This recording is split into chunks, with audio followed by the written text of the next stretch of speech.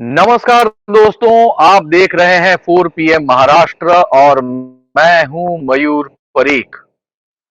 महाराष्ट्र में आरक्षण की धधकती आग अब मराठा समुदाय से आगे बढ़कर ओबीसी और धनगर समाज तक पहुंच चुकी है। अब ये आंच उन दिग्गज नेताओं तक पहुंच चुकी है जिन नेताओं के भरोसे महाराष्ट्र की सरकार टिकी हुई है।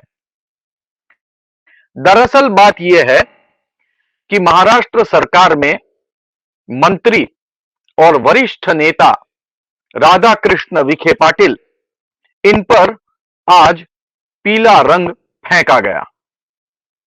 मामला कुछ ऐसा था कि धनगर समाज के आरक्षण की मांग को लेकर कुछ कार्यकर्ता सोलापुर में राधाकृष्ण विखे पाटिल से मिलने के लिए गेस्ट हाउस में पहुंचे।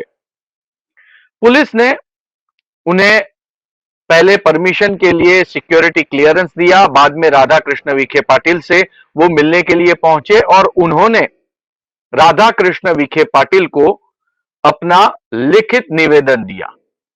जब वो निवेदन दे रहे थे तब राधाकृष्ण विखे पाटिल उसे पढ़ रहे थे और उसी दौरान आंदोलनकारी ने अपनी जेब से पीला रंग, जिसे धनगर समाज की भाषा में भंडारा कहा जाता है, वो अपनी जेब से निकाला और राधाकृष्ण विखे पाटिल के सर पे और मुंह पे डाल दिया।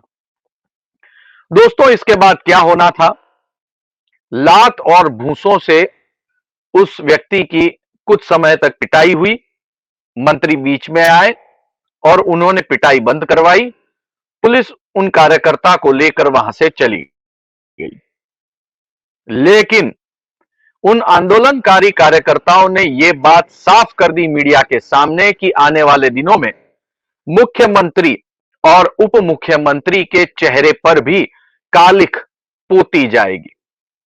दोस्तों, ये जो घटना हुई है, ये किसी मराठा समुदाय के व्यक्ति ने नहीं बल्कि धनगर समाज के व्यक्ति ने की है। ये पूरा का पूरा वाकया कैमरे पर रिकॉर्ड भी हो गया है। सबसे पहले मैं आपको वो वीडियो दिखाऊंगा, जिसके बाद में हम इस पूरी आरक्षण की आग पर डिटेल से बात करेंगे, लेकिन सबसे पहले ये वीडियो।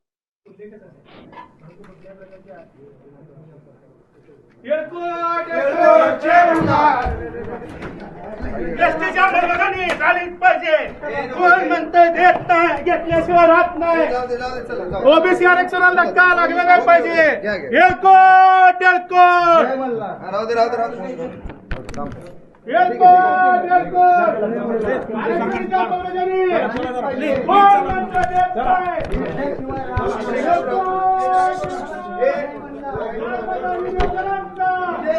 एसटीच्या मालकांनी झालीच पाहिजे. कोण म्हणतं देत नाही. ओबीसी आरक्षण धक्का लागला पाहिजे. एलकोट एलकोट एलकोट एलकोट एसटीच्या मालकांनी झालीच पाहिजे. एसटीच्या मालकांनी. दोस्तों, इस वीडियो के जो शुरुआत के कुछ शॉट्स हैं वो एक बार देखना जरूरी है। वापस में एक बार शुरुआत के दिखा। एलकोट एलकोट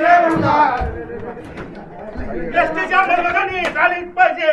कोण म्हणतंय देत. दोस्तों, बात यह है कि धनगर समाज इनके वोट पाने के लिए लगभग 7 से 8 पहले बीजेपी के नेता देवेंद्र फडणवीस ने पूरी की पूरी कम्युनिटी को प्रॉमिस किया था कि हम आपको आरक्षण देंगे। तब से लेके अब तक उन्हें आरक्षण देने में देवेंद्र फडणवीस नाकामयाब रहे हैं। पहले 5 साल तक वो मुख्यमंत्री थे, पूरी तरह से गवर्नमेंट उनके कंट्रोल में थी। उस वक्त आरक्षण नहीं दे पाए, जिसके बाद 2.5 साल तक वो विपक्ष में थे, तब तो प्रॉमिस पूरी करने का सवाल ही नहीं। और अब एक बार फिर वो जब सत्ता में आए हैं तो धनगर आरक्षण की मांग जो है वो फिर से एक बार उठी है। अहल्याबाई होळकर इनका जन्म हुआ था। इस जगह पर धनगर समाज ने अनशन आंदोलन शुरू कर दिया है अपने आरक्षण को लेकर। इसको लेकर हमने 4 PM महाराष्ट्र में एक वीडियो भी बनाया है हमारी YouTube चैनल पर, जिसमें पूरी की पूरी डिटेल हमने दी है। आप उस वीडियो को रेफर कर सकते हैं। तो बात कुछ ऐसी हुई कि जब ये आरक्षण उन्हें नहीं मिल रहा है और इसी बीच मराठा समुदाय के जालना में जिस तरह से लाठीचार्ज हो गया और आंदोलन बिगड़ गया, उसके बाद सरकार ने आनन फानन में एक GR निकाला और उन्हें कुछ रिलीफ दी। ये रिलीफ को लेकर OBC समाज और खासकर धनगर के लोग, धनगर समुदाय के लोग अब नाराज हो गए हैं।